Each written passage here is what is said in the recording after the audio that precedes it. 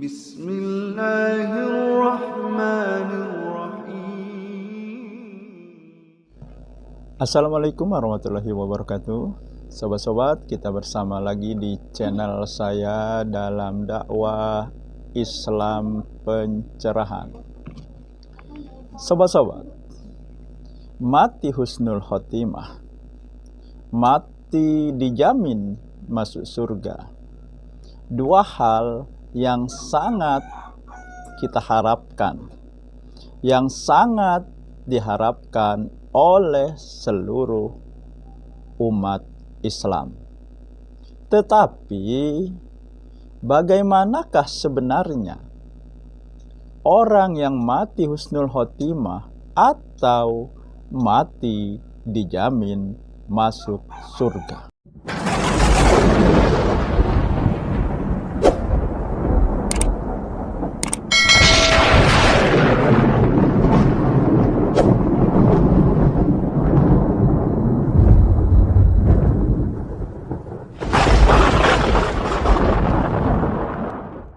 Sobat-sobat, seseorang dikatakan mati dalam husnul khotimah, mengakhiri hidupnya dengan akhir yang baik, adalah ketika seseorang melakukan kebaikan, melakukan amal ibadah sesuai dengan Allah dan Rasul-Nya, atau ketika dia sedang melakukan ketaatan menurut Allah dan Rasul-Nya, ketika itu dia menghembuskan napasnya yang terakhir, maka seseorang tersebut dikatakan mati husnul khotimah, mati dengan akhir yang baik. Bagaimanakah orang tersebut?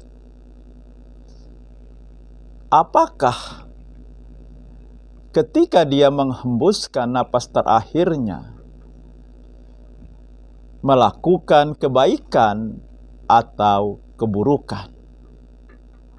Kalau baik dan buruk sudah jelas, orang sudah bisa membedakan yang mana yang baik, yang mana yang buruk, yang mana ketaatan, yang mana keingkaran,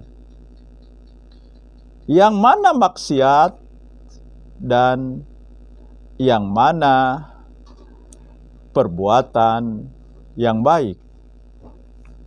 Cuma di antaranya ada perbuatan yang seolah-olah baik, yang menurut manusia baik, akan tetapi tidak baik. Malah ini merupakan kesesatan, yaitu perbuatan bid'ah yang selalu diingatkan oleh Rasulullah, sobat-sobat, setiap beliau khutbah Jumat. Jadi orang dikatakan husnul khotimah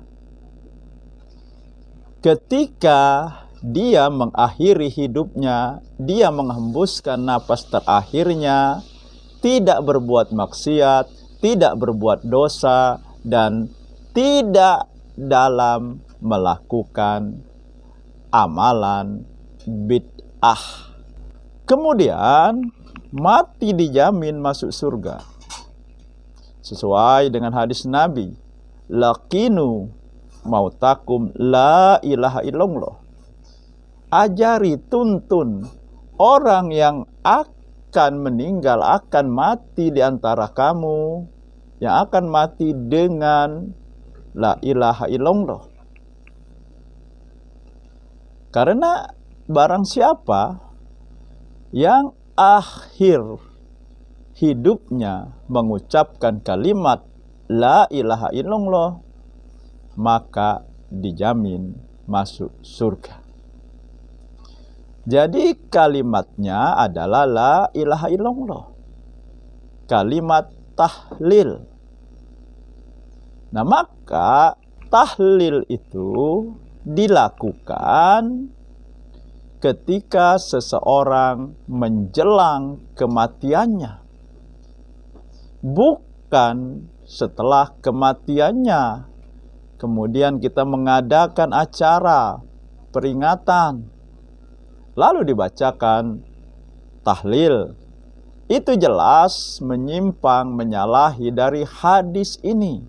Dan kalimat la ilaha illallah, kalau diucapkan pada acara bid'ah, maka jelas ini salah tempat, salah cara. Jadi sobat-sobat, kalimat tahlil, kalimat la ilaha illallah harus diucapkan sesuai pada cara dan tempat yang sesuai dengan yang disunahkan Rasulullah. Kalau tidak sesuai, maka amalan tersebut menjadi masuk dalam kategori bid'ah. Bukan ucapan tahlilnya yang bid'ah, akan tetapi cara dan cara melakukannya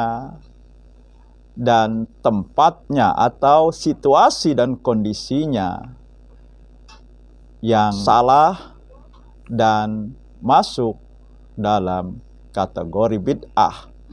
Karena amal ibadah tidak boleh menyelisihi sunnah Rasulullah. Bicara sunnah Rasulullah bukan hanya yang dicontohkan atau tidak dicontohkan seperti yang sering dipersempit oleh Aswaja KW. Akan tetapi sunnah Rasulullah itu meliputi perbuatan, perkataan, diamnya beliau, dan persetujuan beliau. Nah, acara tahlilan tidak masuk dalam keempat kategori sunnah tersebut.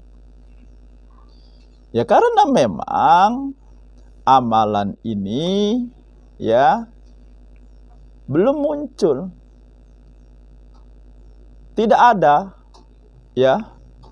yang melakukan amalan tahlilan ini ketika ada yang meninggal. Bukannya tidak mampu melakukannya, akan tetapi memang ini bukan berasal dari syariat Islam. Kalau memang berasal dari syariat Islam, tentu Nabi, istri-istri Nabi, dan para sahabat sudah melakukannya. Nah, jadi sobat-sobat, sebagai kesimpulan, orang yang husnul khotimah adalah orang yang ketika menghembuskan napas terakhirnya sedang melakukan kebaikan, ketaatan sesuai dengan Allah dan Rasulnya, sesuai dengan Al-Quran dan Sunnah Nabi. Tidak melakukan maksiat dan kebid'ahan.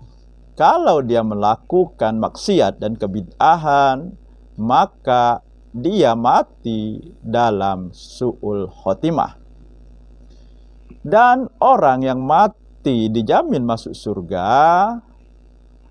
adalah ketika akhir hidupnya dia mengucapkan kalimat la ilaha illallah. Dan kalimat la ilaha illallah harus diucapkan dengan cara yang tepat dan kondisi yang tepat sesuai dengan sunnah Rasul. Kalau tidak, maka menjadi amalan bid'ah. Dan tentu saja orang yang melakukan kebid'ahan tidak dijamin masuk surga, malah masuk neraka. Demikian sobat-sobat, semoga ini menginspirasi dan mencerahkan. Nasrum minallahi wa fathun qarib. Wassalamualaikum warahmatullahi wabarakatuh.